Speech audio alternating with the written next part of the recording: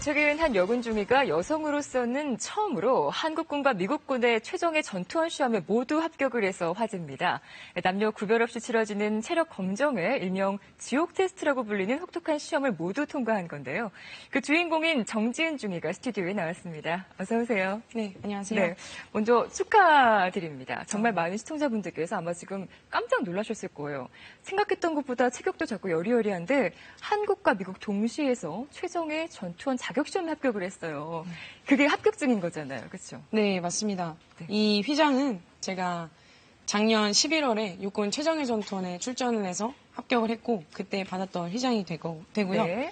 그리고 이 배지는 제가 이번에 미군 ERB에 합격을 해서 받았던 배지. 그리고 미군 ERB에서 받았던 이거는 자격증이 되겠습니다. 정말 든든하네요. 좀 작은 상징물이지만 이런 것들을 따기 위해서 그동안 얼마나 많은 땀과 노력을 흘렸겠습니까? 보기만 해도 여자가 봐도 참 멋있다라는 생각이 들었어요. 이번에 통과한 그 두 가지 시험에 대해서 저희가 잘 몰라서 알고 싶은데요. 먼저 한국에서 치른 시험. 두 가지 다 한국에서 치른 시험이죠? 네, 맞습니다. 네네. 그런데 따로따로 시험을 본 거잖아요. 네. 어떤 시험입니까?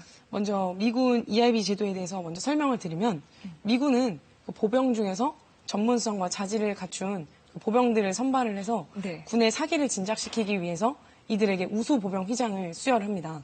시행된 지는 벌써 한 70년 정도가 되었기 때문에 그 전통이 있고 그 명예와 자부심 역시 이 미군들에게 엄청 크게 느껴집니다. 이 한국군에서는 이 미군의 ERB 제도를 본따서 우리 한국군 실정에 맞게 적용을 하였고 네. 그래서 작년에 육군 최정예 전투원이라는 이름으로 최초로 시행을 했으며 네. 올해부터는 본격적으로 시행하고 있는 단계에 있습니다. 이 육군 최종의 전투 시험에 합격을 해야지 이 미국 시험을 볼 수 있는 건가요? 아니면 별개로 치러지는 시험인가요? 전혀 별개의 시험입니다. 그래요. 그러면 우리 군에서는 남자, 여자 할 것 없이 모두 지원을 했을 거 아니에요? 네, 몇 명이나 되는 군인들이 지원을 한 거예요? 이번 ERB 평가에서 한국군이 총 50명을 지원을 했고 네. 그중에 21명이 합격을 했는데 그중에 이제 20명의 남군과 한 명이 이제 제가 합격을 했습니다. 네, EIB 시험에 도전을 한 여군도 있었겠죠. 네, 저까지 포함을 해서 총 4명의 여군이 지원을 했고 그중에서 최종 합격은 이제 제가 했습니다. 그렇군요. 미국 최종의 전투원 자격 시험에 도전을 하게 된 결정적인 계기가 있다면요? 네, 미군 최정예 전투원을 일단 도전하기 전에 저는 한국군 최정예 전투원에 참여한 계기에 대해서 먼저 설명을 드리고 싶습니다. 네. 제가 군 생활을 이제 소대장으로 보직을 받고 처음 자대에 왔을 때 제가 처음 만났던 그 중대장님이 있습니다.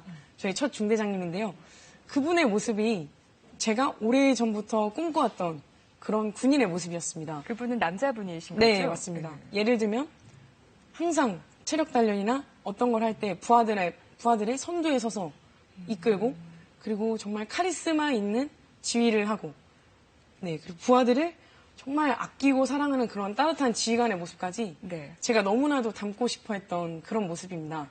그래서 그러한 와중에 알게 되었던 이 육군 최정예 전투원이라는 자격 시험은 제가 그 모습에 한 걸음 더 다가갈 수 있는 그런 결정적인 계기가 되어서 네. 먼저 육군 최정예 전투원에 도전을 하게 되었고 육군 최정예 전투원에 합격을 하고 나서 이 미군 ERB라는 자격 시험이 있다는 것을 알게 되었는데 이 미군들이 어떻게 훈련을 받는지 정말 제 눈으로 직접 보고 싶었고 세계 최강이라는 그 자부하는 그 미군들이 어떤 모습으로 훈련을 받고 교육하는지 그리고 그거를 제가 후에 나중에 지휘관이 되었을 때 네. 어떻게 활용을 하고 저의 부하들 한 명 한 명이 전투원으로서 어떻게 교육을 시킬 수 있을지에 대한 그런 방향성을 찾고 싶었습니다.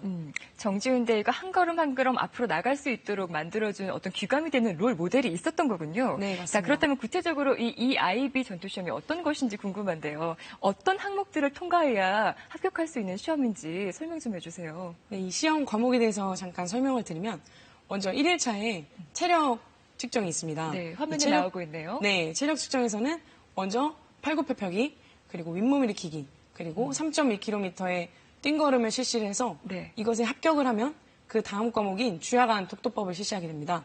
이 과목에서도 합격을 하게 되면 이제 일자별로 편제 장비, 그리고 응급처치, 그리고 개인전투 기술 이 세 가지 과목이 각각의 10가지의 소과제로 나누어져서 평가를 보게 됩니다.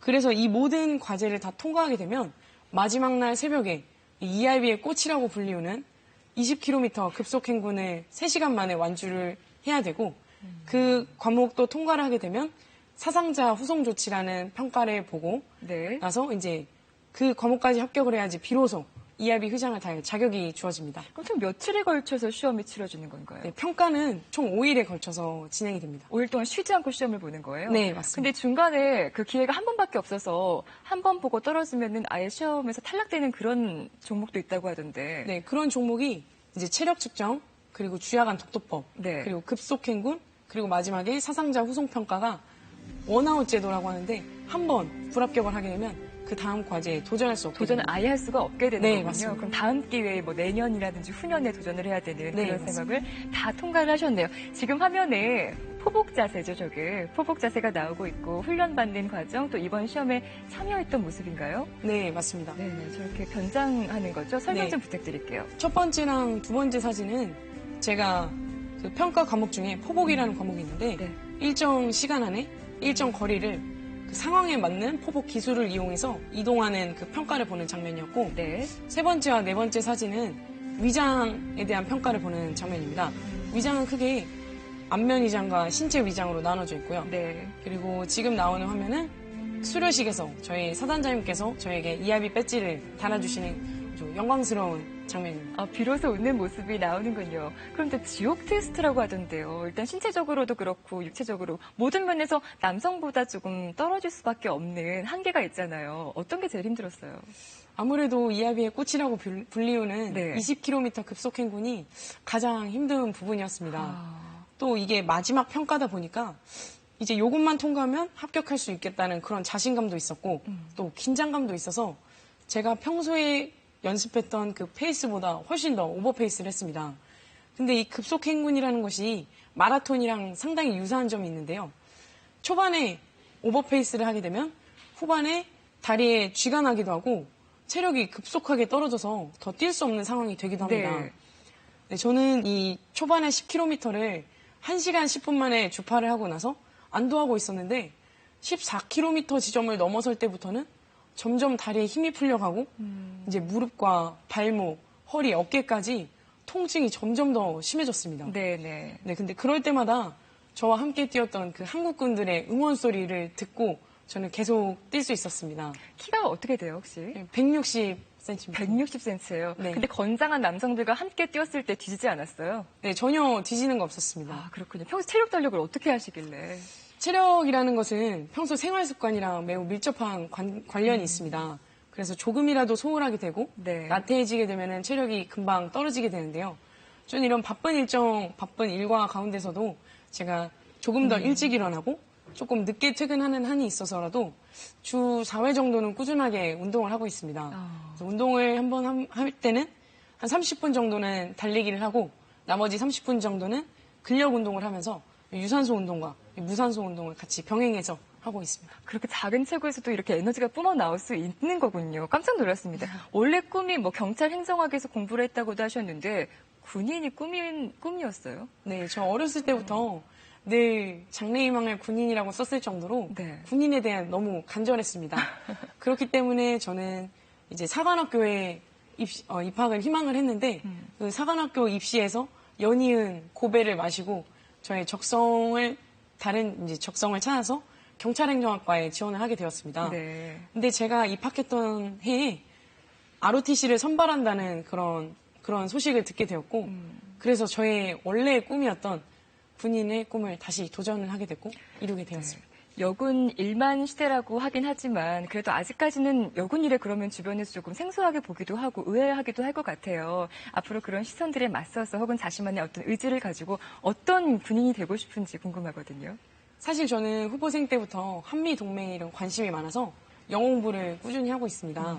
그래서 남군, 여군 이런 것을 떠나서 정말 지금 필요한 이 북한의 지속적인 도발과 이 동북아의 복잡한 정세 속에서 이 한미동맹을 지켜나가는 것은 너무나도 중요한 일이라고 생각합니다. 네. 따라서 저는 이 한미동맹을 더욱더 강하고 공고히 유지할 수 있는 그런 초석의 역할을 하는 군인이 되고 싶습니다. 정말 작은 거인 같아요. 군을 진두지휘하는 모습이 머릿속에서 그려지는데요. 그런 날도 속히 오기를 응원하겠습니다. 자, 지금까지 정지은 중위와 함께 얘기 나눠봤습니다. 고맙습니다. 네.